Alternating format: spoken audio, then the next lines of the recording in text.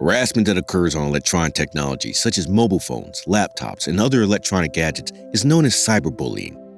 Cyberbullying can occur offline in social media or gaming, where people can watch, partake in, share content, or online on social media platforms. Sending, uploading, or spreading unpleasant, detrimental, misleading, or nasty content about someone else comes under cyberbullying. Sharing personal or private information about another person can result in shame or humiliation. Protecting our innocent children is challenging if you don't understand or observe cyberbullying in action. When something goes wrong with our children, we need to make sure that they come to us as a parent. However, our children are afraid of getting into additional trouble due to our intolerant and impatient behavior. Hey parents, welcome to our channel, Promising Parenting Practices. In today's video, we will see how to stop cyberbullying and tips for parents and kids. If you are new to this channel, hit the subscribe button to get updated on tips and hacks for your growing kids. Without further delay, let's go. Because of the widespread use of social media, people's content is frequently seen by strangers as well as friends. The person who is being bullied and those who are perpetrating or participating in the abuse can have their online reputation ruined by cyberbullying. It's more challenging to detect cyberbullying because teachers and parents may not hear or see it. Because digital gadgets allow children to connect instantly and continuously 24 hours a day, it can be difficult for them to find reprieve from cyberbullying. If not reported and erased, the majority of information shared electronically becomes permanent and public. A terrible internet reputation, especially among bullies, can affect academic achievement, career, and other parts of life. As a parent, we have a huge responsibility to ensure our little ones are safe from this abuse. Here are a few tips for parents against this nasty crime. Number 1. Keep the computer in a central location in the house. It should not be allowed in your children's rooms. Parents will be able to observe their children's emotional responses to what they are viewing. It also assists them in assisting their youngsters in coping with abusive behavior. Also, keep an eye on what they're doing online. Children may argue that having their computer in their room allows them to concentrate and avoid disturbance. Try to make your young ones understand the harmful sides rather than being adamant. Kids would absolutely love when their parents are flexible with them. Number 2. Understanding social media. Learn how to use different social media applications and websites. Comprehend what Snapchat, Facebook, Instagram, and Twitter is. These are the most common sites used and how to use them. Inquire about your children's profile pages and see if they are willing to show them to you. Number 3. Talks. Discuss online issues with your children on a frequent basis and in detail. Make it clear to your children that they can come to you for assistance if they encounter anything improper, distressing, or dangerous. Please make sure that you're honest with them and that they are aware of the cyberbullying that's going on. Number 4. Trust. Develop a trustworthy relationship with your children. Controlling your children's screen time may appear to be an impossible chore. Establish time limits.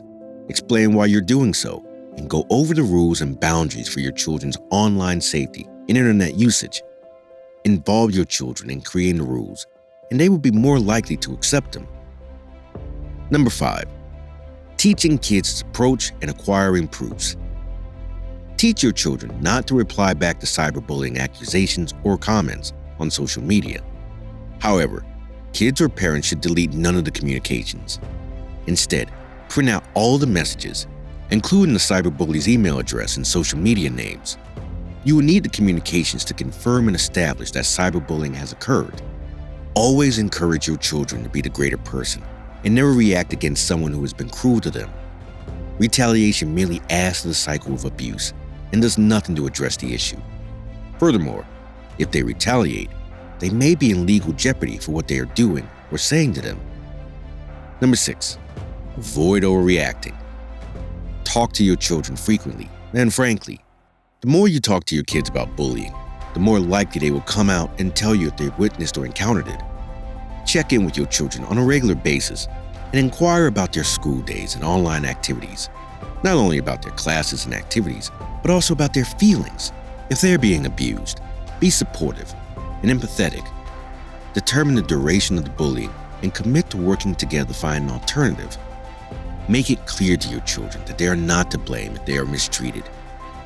Number 7, also avoid underreaction.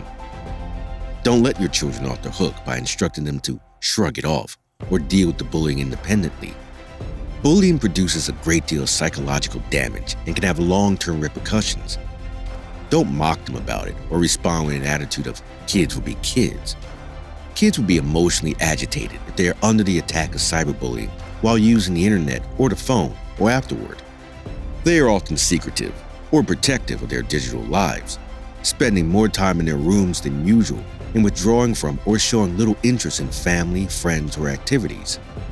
They avoid school or group gatherings, drop grades, and act out in rage at home, mood behavior, sleep, eating changes, and a sudden need to turn off the computer or gadget.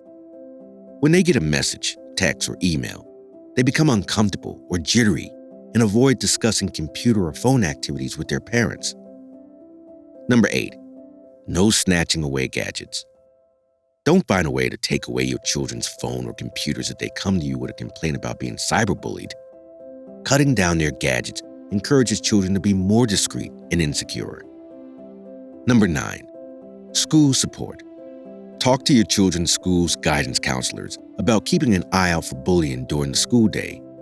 Ensure that bullying in your child's school is regarded as a zero-tolerance policy.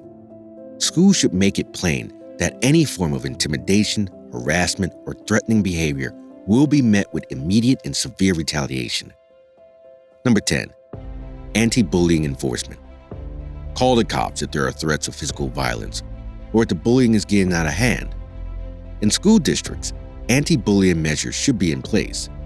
Everyone should be aware of them at the start of each school year, including school administrators, instructors, guardians, and students. Children's lives are increasingly dominated by technology and social media, making them vulnerable to cyberbullying. To combat cyberbullying, children must first understand what it is, investigate what defines cyberbullying and how and where it occurs, and speak with your friends about what they're seeing and experiencing. An initiative, a group, an event, or a campaign that raises awareness about cyberbullying is a terrific place to start. Knowledge is a powerful tool. On the other side, children may do a few things to reduce their chances of being bullied.